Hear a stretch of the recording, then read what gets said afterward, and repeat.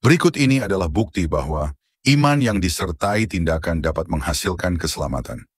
Bagi Anda yang tertarik memperdalam kisah-kisah seperti ini, kami telah merangkumnya dalam sebuah e-book berjudul 5 Kisah, 5 Wanita, dan 1 Iman yang Besar.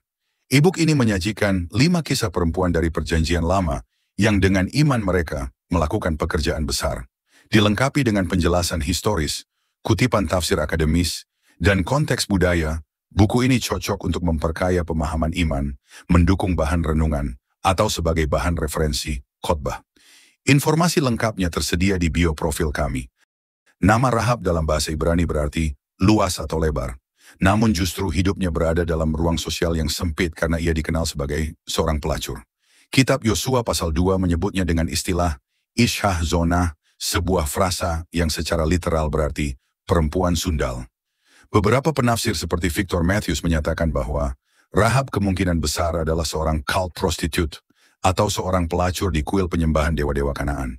Mengingat konteks budaya masyarakat Kanaan pada masa itu adalah suatu lingkungan yang menyembah dewa-dewa seperti Baal, Yarih, dan Astarte, melalui ritual yang menyimpang seperti praktek seksual dan mengorbankan manusia.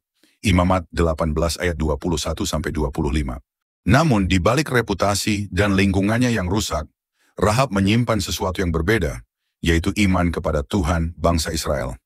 Ia telah mendengar kabar tentang kuasa Tuhan yang menyertai bangsa Israel, dan dari situlah imannya bertumbuh. Iman itu tidak berhenti dalam pengakuan, tapi diwujudkan dalam tindakannya. Rahab menyembunyikan 2 pengintai Israel, Yosua 2 ayat 4-6, dan menaati instruksi untuk mengikatkan tali kirmizi di jendela rumahnya sebagai pertanda untuk diselamatkan. Tali kirmizi adalah simbol penyelamatan yang mengingatkan kita pada darah domba Paskah di Mesir, Keluaran 12 ayat 23, dan dalam tafsir teologis menjadi gambaran awal dari penebusan oleh darah Kristus.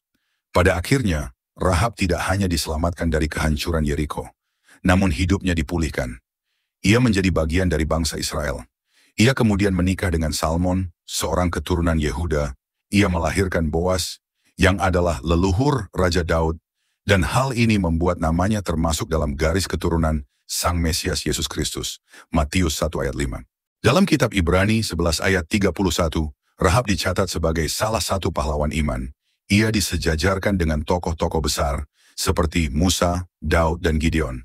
Rahab diakui bukan karena masa lalunya yang bersih, melainkan karena keberaniannya bertindak berdasarkan iman sejati. Robert Chisholm Jr. menulis, Rahab adalah ironi ilahi. Dari masyarakat yang pantas dihukum, justru muncul teladan iman. Rahab mengajarkan kita bahwa Tuhan tidak mencari masa lalu yang sempurna, tetapi yang Tuhan cari adalah hati yang mau percaya, bertindak, dan berpaling kepadanya, meski harus melawan arus zaman.